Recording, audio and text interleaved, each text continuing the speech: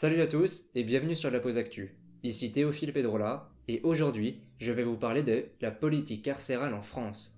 C'est bien connu, les prisons sont en surpopulation et ce depuis plusieurs années. Aujourd'hui, la polémique est relancée par la directrice de la maison d'arrêt de Villepinte, Léa Poplin, qui a écrit une lettre au magistrat le 29 mars.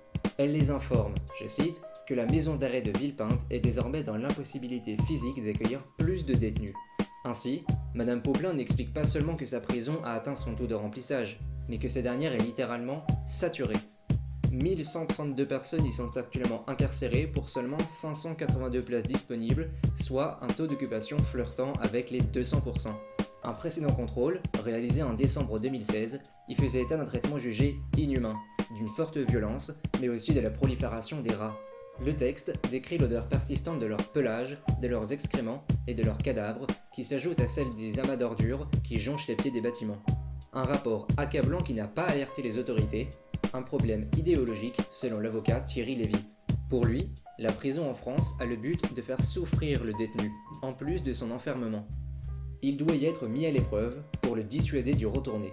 Selon l'éditorial du Monde du 3 avril dernier, elle est l'instrument de la vengeance de la société. Aujourd'hui, dans les programmes politiques des principaux candidats à l'élection présidentielle, une des seules mesures évoquées est la construction de nouvelles places de prison, ce qui ne peut pas constituer une politique carcérale complète. Emmanuel Macron en promet 15 000, François Fillon 16 000, même s'il avoue en parallèle vouloir également développer les travaux d'intérêt général. Marine Le Pen, elle, promet 40 000 places supplémentaires avec l'instauration d'une réelle perpétuité pour en finir avec ce qu'elle appelle la culture du laxisme. À gauche, pas d'objectif chiffré quant à la construction de nouvelles places, le maître mot est plutôt la dignité. Benoît Hamon promet ainsi des efforts pour la développer, tout en facilitant la réinsertion. Jean-Luc Mélenchon prône lui aussi la dignité, tout en disant vouloir recruter des agents pénitentiaires supplémentaires, mais également privilégier les peines alternatives. Les peines alternatives, c'est justement ce que préconise le livre blanc sur les prisons, remis au ministère de la Justice mardi 4 avril. Ce livre contient 24 mesures censées améliorer la situation carcérale.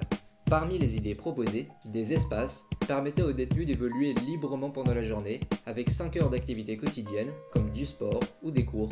Le livre blanc estime également que de petites structures devraient être privilégiées, avec une différenciation de quartiers selon le profil des individus.